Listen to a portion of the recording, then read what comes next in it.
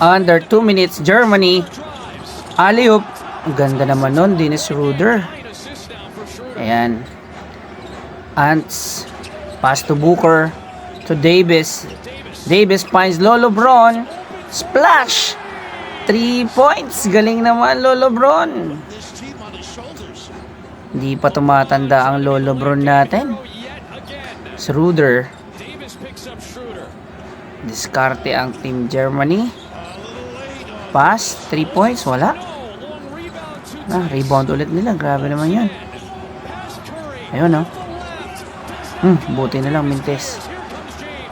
Lolo Bron ulit.